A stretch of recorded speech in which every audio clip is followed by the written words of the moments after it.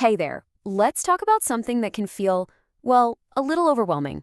What to do in an emergency. We're going to take all that uncertainty and turn it into real empowerment. We'll walk through step by step how to build a shelter-in-place plan that actually works. So let's get right into it. Okay, so when something goes wrong, what's the first big question that pops into your head? It's always stay or go, right? And, it's not always as simple as it sounds. Figuring out when staying put is actually the safest call you can make, well, that's a game changer. And that's exactly what we're going to break down. So, here's how we're going to tackle this. First, we'll nail down what sheltering in place even means. Then we'll hit the three big steps: making the plan, building the kit, and knowing exactly what to do. And at the end, we'll touch on some really important things to consider to make sure your plan fits your family. Simple as that. All right, let's start with the basics. Before we get into the nuts and bolts, we've got to be crystal clear on what we're even talking about. What does it really mean to shelter in place? Because getting this right is the foundation for everything else. So, FEMA has this official definition, right? But what it boils down to is super simple: using a building to put a protective barrier between you and whatever is happening outside. It's all about temporarily separating yourself from a hazard, and that could be at home, at work, you get the idea. It's about creating your own little safe zone. Now, you might be thinking, isn't that the opposite of evacuating? And you're right. Sheltering in place is for when the danger is immediate, and frankly, it's more dangerous to go outside than to stay in.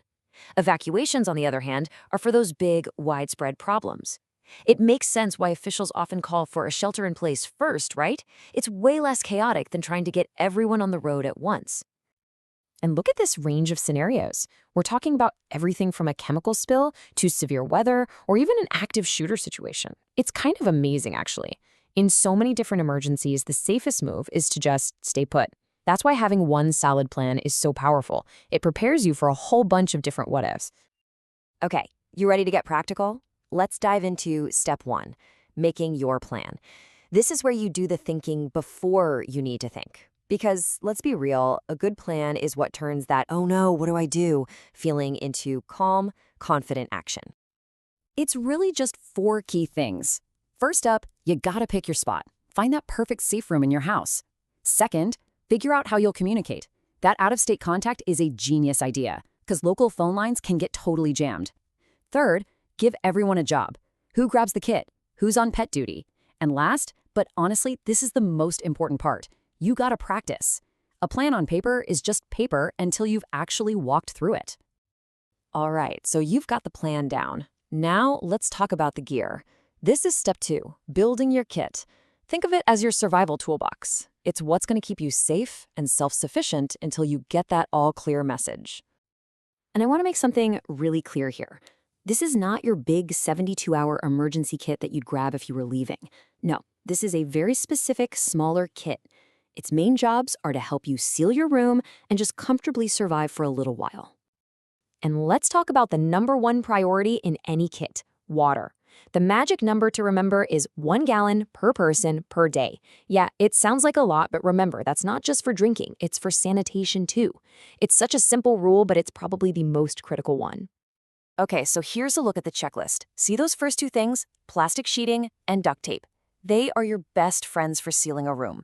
And here's a great little tip. Go ahead and pre-cut that plastic to fit your windows and doors now. You'll thank yourself later. The rest is pretty standard stuff: a radio, flashlight, first aid. But don't skip over that last one. Having a book or some games can make a huge difference. Keeping calm is part of the plan. Okay, deep breath. Your plan is ready, your kit is packed. Now for the final piece of the puzzle, step three. What do you actually do when the alert goes off? This is the moment when all that prep work really, really matters. And this quote just nails it, doesn't it? It's not about having a basement full of canned beans. Anyone can do that. Real preparedness is about knowing the steps. It's about having that mental muscle memory. That's what keeps you safe. So let's walk through sealing a room, because this is so important, especially if there's an airborne threat. Step one, get everyone and your kit into your safe room. Step two, kill the air.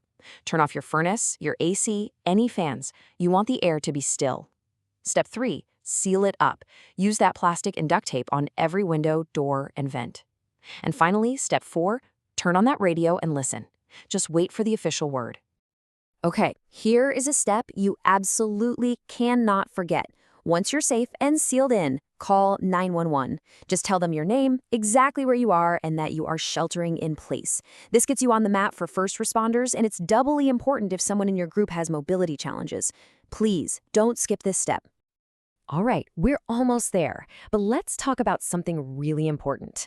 A shelter-in-place plan isn't like a t-shirt. One size does not fit all. You've got to tailor it to fit your specific crew, whether they've got 2 legs or 4. So just think it through. Got kids? How can you keep them calm? Maybe pack their favorite book or a special game. What about pets? You'll need their food, water, and any meds, right? And what if someone relies on medical equipment? You've got to think about backup power and making sure everything is easy to get to. It's just about being thoughtful. And there you have it. We've covered the why, the what, and the how. You literally have the blueprint right now to create a plan that can make all the difference. But remember, a plan is just an idea until you practice it. A practiced plan, now that's peace of mind. So the real question is, are you ready to make it real?